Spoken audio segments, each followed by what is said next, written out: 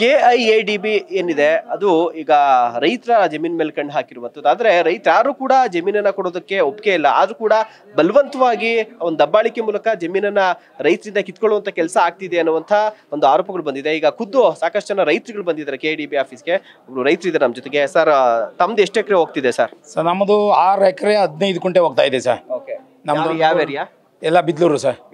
ಬಿದ್ಲೂರಲ್ಲಿ ಏನಿದು KIADB, ಇದು KIADB ಅಲ್ಲ, ಒಂದು ರಿಯಲ್ ಎಸ್ಟೇಟ್ ಏಜೆಂಟು. ನಿನ್ನೆ ನಾನೇ ಖುದ್ದಾಗಿ ನೋಡಿದ್ದೀನಿ. ನಿನ್ನೆ ಹನುಮಂತಪುರದವ್ರು ಬಂದಾಗ ಅವ್ನು ಯಾರೋ ಒಬ್ಬ ಮಾರವಾಡಿ ಕೇಳ್ತಾನೆ, ನನಗೆ 300 ಎಕರೆ ಕೊಟ್ಟಿಸ್ಬಿಡಿ, ರೈತರುಗಳು ಜಾಸ್ತಿ ಕೇಸ್ ಹಾಕಾರ್ದಂಥ ಜಾಗ ಬೇಡ, ನನಗೆ ಪ್ಲೈನ್ ಜಾಗ, ಜನಗಳು ಕೇಸ್ ಹಾಕ್ದಂತೆ ಜಾಗ ನನಗೆ ಬೇಕು ಅಂತ ಕೇಳ್ತಾನೆ. ಇಲ್ಲಿ ಬರೋದೆಲ್ಲ ಬರೀ ಏಜೆಂಟ್ರುಗಳೇ ಮಾತ್ರ. ಇದರಲ್ಲಿ ಏಜೆಂಟ್ರುಗಳಿಗೆ ಮಾತ್ರ ಇಲ್ಲಿ ಬೆಲೆ KIADBನಲ್ಲಿ. ಇಲ್ಲಿರ್ಬೋದು, ಹೆಡ್ ಆಫೀಸ್ ಇರ್ಬೋದು, ಎಲ್ಲ ಕಡೆನೂ ಇದೆ ಕೆಲಸ. ನಾವು ಸುಮಾರು ನೋಡ್ತಲೇ ಇದ್ದೀವಿ. ರೈತರು ಈ ದೇಶದ ಬೆನ್ನೆಲುಬು ಅಂತಾರೆ. ಆದರೆ ಈ ದೇಶದ ಬೆನ್ನೆಲುಬಲ್ಲ ಇವರು. ಅವ್ರನ್ನ ನೆಲದ ಕಾಲು ಕೆಳಗೆ ಹಾಕ್ಕೊಂಡು ತುಳಿತಾ ಅಂತ ಕೆಲಸನ KIADB ಮಾಡ್ತಾ ಇದ್ದಾರೆ. ಏನು ಇವತ್ತಿನ ದಿವಸ ಬಿದ್ಲೂರು, ಹನುಮಂತಪುರ, ನಮ್ಮ ಕೋಡಿಪಾಳ್ಯದವರು ಜಮೀನು ಕಳೆದವರು ಕಡು ಬಡವರೆಲ್ಲನ ಇವೆಲ್ಲ ನೀವೇ ನೋಡಿರಿ ಒಂದ್ಸಲ. ಎಲ್ಲ ನೀವು TV-ನಲ್ಲಿ ಇದು ಸರ್ಕಾರದ ಗಮನಕ್ಕೆ ಖಂಡಿತವಾಗ್ಲೂ ಹೋಗಬೇಕು. ನಿಮ್ಮ ಮಾಧ್ಯಮದ ಮುಖಾಂತರ ಖಂಡಿತವಾಗ್ಲೂ ಹೋಗಬೇಕು. ಹೋಗಿ ಅವ್ರಿಗೆ 3ನೇ ಫ್ಲೋರಲ್ಲಿ ಅವ್ರಿಗೆ ಗೊತ್ತಾಗಬೇಕು. ನಮ್ಮ CM ಸಿದ್ದರಾಮಣ್ಣವರು ಹಿಂದುಳಿದ ವರ್ಗ ಅಂತಾರಲ್ಲ, ಹಿಂದುಳಿದ ವರ್ಗದವ್ರಿಗೆ ಇವತ್ತು ಏನು ಅನ್ಯಾಯ ಆಗ್ತಾ ಇದೆ, ಯಾವ ಕಡೆಯಿಂದ ಆಗ್ತಾ ಇದೆ ಅನ್ನೋದ ಫಸ್ಟು ನಮ್ಮ ಮಾನ್ಯ ಮುಖ್ಯಮಂತ್ರಿಗಳು ತಿಳ್ಕೊಬೇಕು. ಇದನ್ನ ಖಂಡಿತವಾಗ್ಲೂ ನಾವು ಖಂಡಿಸ್ತಿದ್ವಿ. ಇಲ್ಲಿ ಬಂದಿರೋಲ್ಲ ರೈತರುಗಳು ಎಲ್ಲ ಕೂಲಿ ಕೆಲಸ ಮಾಡೋರು. ನೋಡಿದ್ರೆ ಗೊತ್ತಾಗುತ್ತೆ ನಿಮ್ಗೆ. ಎಲ್ಲರೂ ನೋಡಿ 10 ಗುಂಟೆ 20 ಗುಂಟೆ ಯಾರು ಎಕರೆಗಟ್ಟಲೆ ಇರೋರಿಲ್ಲ. ಅಂತ ಊರನ್ನ ಒಕ್ಕಲೆ ಬುರಿಸ್ಬಿಟ್ಟು ಅಲ್ಲಿ ನೀವು ಕೈಗಾರಿಕೆ ಮಾಡ್ತೀವಿ ಅಂತ ಹೊರಟಿದ್ದಾರಲ್ಲ, ಇದು ಹವಾಮಾನ ಗೇಡು ಕೆಲಸ. ಖಂಡಿತವಾಗ್ಲೂ ಇದನ್ನ ಇವತ್ತಲೇ ಕೈ ಬಿಟ್ಟು ನಮ್ಮ ರೈತರಿಗೆ ಜಮೀನ ಹಿಂದಿರುಗಿಸ್ಬೇಕು. ನಮ್ಮ ರೈತರು ಅಲ್ಲಿ ಯಾವುದೇ ನಿರ್ಭಯ ಇಲ್ದಲೆ ವಾಸ ಮಾಡೋಕ್ಕೆ ಅನುಕೂಲ ಮಾಡಿಕೊಡ್ತಾರೆ ಅಂತ ನಾವು CM ಅಥವಾ ನಮ್ಮ KIADB ಅಧಿಕಾರಿಗಳು ಇದಾರಲ್ಲ, ಅವರು ಅಲ್ಲಿ ಖಂಡಿತವಾಗ್ಲೂ ಮನವಿ ಮಾಡ್ಕೊಂತೀವಿ. ಏನಂದರೆ ಇವರಿಗೆ ಇಂಡಸ್ಟ್ರೀಸ್ ಮಾಡೋಕ್ಕೆ ಬೇರೆ ಜಾಗ ಇದೆ, ಶಿರಾ ಇದೆ, ಆ ಕಡೆ 100 ಕಿಲೋಮೀಟ್ರ್ ದೂರ ಹೋಗೋಕ್ಕೆ.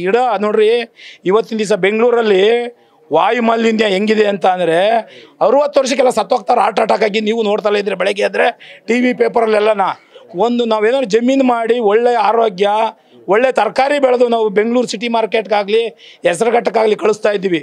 ಯಾಕೆ ಅಂತ ಅಂದರೆ ತರಕಾರಿ ಮಾಡ್ರಿ. ಇವತ್ತಿನ ದಿವಸ ಹಿಂಗೆ ಮಾಡ್ಕೊಂಡು ಹೋದ್ರೆ ಇವ್ರು KIADB ಅಂತ ಹೋದ್ರೆ ಮನುಷ್ಯರುಗಳೆಲ್ಲ ಏನು ಅನ್ನ ತಿಂತಾರ, ಏನು ತಿಂತಾರೆ? ಮಣ್ಣು ತಿನ್ನಕ್ಕೆ ಮಣ್ಣು ಸಿಗಲ್ಲ, ಖಂಡಿತವಾಗ್ಲೂ ಸಿಗಲ್ಲ. ಮಣ್ಣು ತಿನ್ನೋ ಮಿಷಿನ್ ತಿನ್ನೋ ಕಬ್ಬಣ ತಿನ್ಬೇಕಾಗತ್ತೆ. ಬೇರೆ ದಿವಸದಿಂದ ತರಕಾರಿ ತರಿಸ್ಕೊಳಕ್ಕಾಗತ್ತ? ನಾವು ಖಂಡಿತವಾಗ್ಲೂ ತರಿಸ್ಕೊಂಡು ತಿನ್ನಕ್ಕಾಗತ್ತಾ? ಇವತ್ತಲೇ 150 ರೂಪಾಯಿ ಬೆಳೆಯ ರೈತರಿಲ್ಲ.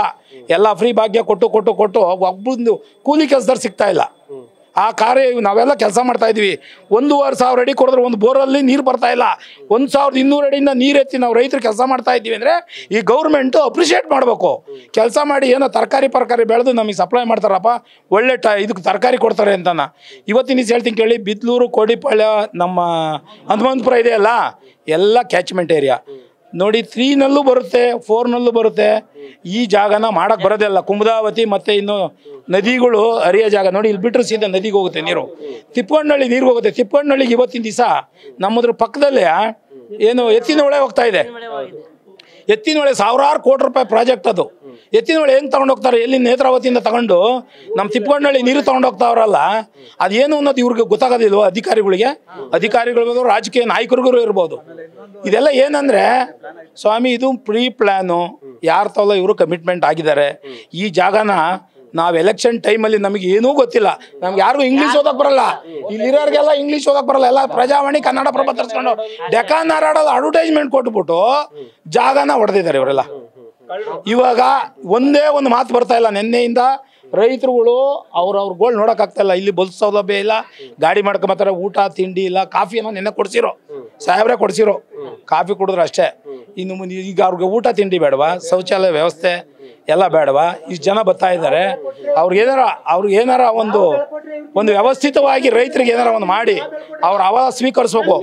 ಅಹವಾಲ ಸ್ವೀಕರಿಸಿದ ಮೇಲೆ ಸಾಹೇಬ್ರೆ, ಅಹವಾಲ ಸ್ವೀಕರಿಸ್ತಾರಲ್ಲ, ಅದಕ್ಕೇನಾರ ಒಂದು ನ್ಯಾಯ ಕೊಡ್ತೀನಿ ಅಂತ ಇನ್ನೂ ತನಕ ಅವ್ರ ಬಾಯಲ್ಲಿ ಬಂದಿಲ್ಲ. ದಯಮಾಡಿ ಅವ್ರನ್ನ ಕರೆದು ಈಚೆ ಕಡೆ ಕರೀತಾರೋ ಇಲ್ಲ ಒಳಗೆ ಕರೀತಾರೋ, ನಮಗೆ ಏನು ನ್ಯಾಯ ಕೊಡ್ತಾರೆ, ರೈತರಿಗೆ ಏನು ನ್ಯಾಯ ಕೊಡಿಸ್ತಾರೆ? ಇಷ್ಟು ಜನ ಎಲ್ಲ ಬಂದಿದ್ದಾರಲ್ಲ, ಆ ನ್ಯಾಯ ಖಂಡಿತವಾಗ್ಲೂ ನಮ್ಮ ಜಮೀನು ನಮಗೆ ಬಿಟ್ಟು ನಮ್ಮನ್ನು ಸ್ವತಂತ್ರವಾಗಿ ಬದುಕೋಕ್ಕೆ ಈ ರಾಜ್ಯದಲ್ಲಿ ಬಿದ್ಲೂರು ಹನುಮಂತಪುರ ಕೋಡಿಪಾಳ್ಯದ ಬದುಕಕ್ಕೆ ನೀವು ಮಾರ್ಗ ಮುಖಾಂತರ ನಾನು ಈ ಮಾಧ್ಯಮದ ಮುಖಾಂತರ ನಮ್ಮ ರೈತರುಗಳಿಗೆ ಹೇಳ್ತಾ ಇದ್ದೀನಿ. ಜೈ ಹಿಂದ್, ಜೈ ಕರ್ನಾಟಕ. ಈಗ ಸರ್ ಒಂದೇ ನಿಮಿಷ, ಈಗ ಲಕ್ಷಾಂತರ ರೂಪಾಯಿ ಪರಿಹಾರ ಕೊಡ್ತೀವಿ, ರೈತರ ದುಡ್ಡು ಮಾಡಿಕೊಂಡು ನೆಮ್ಮದಿಯಾಗಿರ್ಬೋದು ಅನ್ನುವಂಥದ್ದು ಮಿನಿಸ್ಟ್ರು, ಸರ್ಕಾರ, ಅಧಿಕಾರಿಗಳು ಹೇಳೋದು.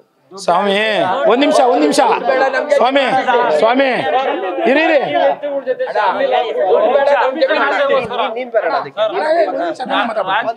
ಇವತ್ತಿನ ದಿವಸ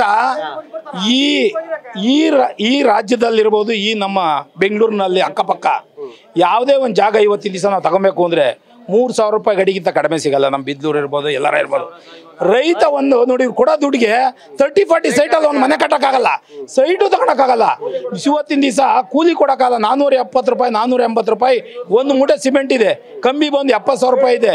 ಏನ್ ಮಾಡ್ತಾರೆ ಗೊತ್ತಾ ಸ್ವಾಮಿ, ಇವರೆಲ್ಲ ನೋಡಿ ರೈತರಿಗೆ ಏನಾರ ದುಡ್ಡು ಕೊಟ್ರೆ ರೈತರುಗಳು ಏನ್ ಮಾಡ್ತಾರೆ, 1 ತಿಂಗಳು 2 ತಿಂಗಳು ಓಡಾಡ್ಕೊಂಡು ಅಲ್ಲಿ ಇಲ್ಲಿ ಫ್ರೀ ಬಸ್ಸು, ಲೇಡೀಸ್ ಅವ್ರಾಗ ಹೋಗ್ತಾರೆ, ಹೋಗ್ಬಿಟ್ಟು ಬಂದು ಖರ್ಚು ಮಾಡ್ಕೊಂಬಂದು ಇವ್ರ ಹತ್ರನೇ ಬಂದು ವಾಚ್ಮ್ಯಾನ್ ಕೆಲಸ ಮಾಡ್ಬೇಕಾಗತ್ತೆ.